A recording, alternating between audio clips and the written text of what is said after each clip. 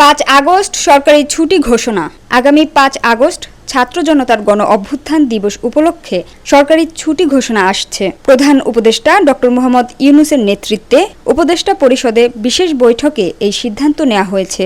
বৃহস্পতিবার বৈঠক শেষে সাংস্কৃতিক উপদেষ্টা মোস্তফা সারোয়ার ফারুকী সাংবাদিকদের জানান, ছাত্র জনতার গণ অভ্যুত্থান দিবস উপলক্ষে 5 আগস্ট ছুটি ঘোষণা করা হবে।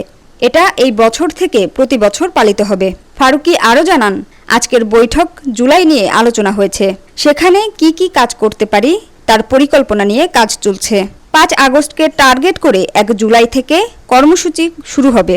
মূল ইভেন্ট শুরু হবে জুলাইয়ের 14 তারিখ থেকে, চলবে 5 আগস্ট পর্যন্ত। তার মূল লক্ষ্য হচ্ছে জুলাই যেভাবে সারা বাংলাদেশ এক হয়েছিল তার অনুভূতিটাকে আবার ফিরিয়ে আনা, যেটা আমাদের মধ্যে আছে তার পুনরুজ্জীবিত করা।